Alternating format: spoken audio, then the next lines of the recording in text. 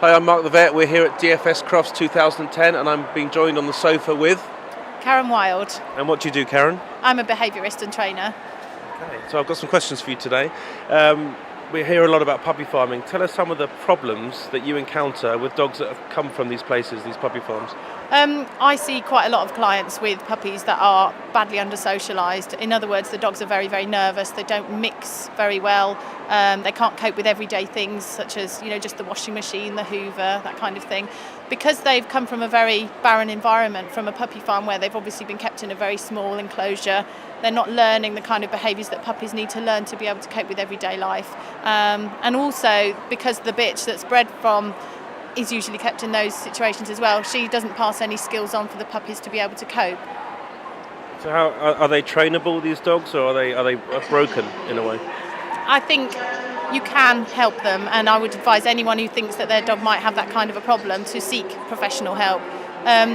In terms of long-term behaviour problems, they generally do suffer from hypersensitivity and, like I say, it's very hard for them to cope with everyday life. So if you then start to try and train them on top of that, it does make their lives more difficult. It's certainly not a very nice ownership, for the people, the families that take them on. So it's really, really important that people make the effort to find a puppy that they know is, they've seen the mother, preferably seen the father as well, so that they know what they're getting. Tell people watching, if you suspect a puppy is a puppy farm pup, what are the telltale signs? And it's harder and harder these days. What are the signs to look for and just be aware of when you're choosing a puppy? I think certainly if you ring up from an advert, if you ask about the puppy as opposed for a particular breed that you want, usually if it's a farm puppy they will say which one, which means that there's usually lots and lots of breeds available to you, and that's always a sign to look out for. Generally as well, if they say for whatever reason the puppy isn't with the female, the mum, I would be very suspicious of that. I would also be looking to get a puppy quite young, sort of around about 8 weeks old is the norm. So if they're older than that, I would want to know why, what's happened, because it may be that they couldn't sell the puppy in one area and they've moved it to another.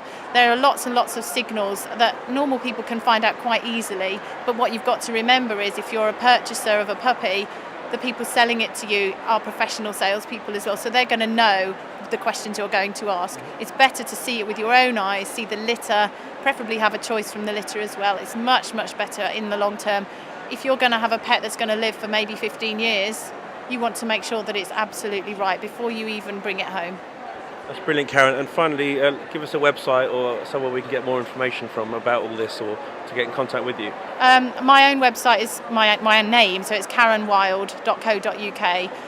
We run regular blogs from there, and I'm also on Twitter as Wildpaw, which is how we met, isn't it? And any information that people need, I'd much rather people ask. Don't feel afraid to approach a professional, because we're human beings like everybody else.